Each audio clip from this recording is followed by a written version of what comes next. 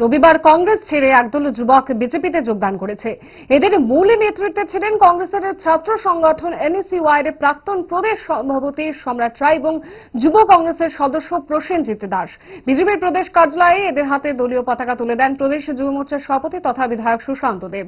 পাশে ছিলেন মুখপাত্র সুব্রত চক্রবর্তী এবং অপর প্রদেশ কার্যকর্তা অমিত রক্ষিত। বিজেপিতে যোগদানের আগে তারা রবীন্দ্র ভবনের সামনে থেকে মিছিল করে বিজেপির কার্যালয়ে পৌঁছান। মুখপাত্র চক্রবর্তী জানান প্রায় 21 জনের মতো কংগ্রেস ছেড়ে এসে বিজেপিতে শামিল হয়েছে।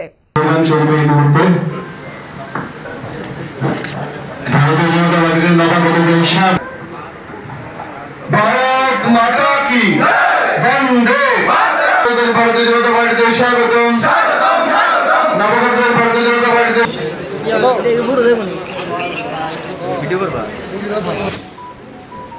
আজকে ভারতীয় জনতা পার্টি ত্রিপুরা প্রদেশের এই যোগদান সভায় এনএসইউআই এর এবং তিপ্রামথার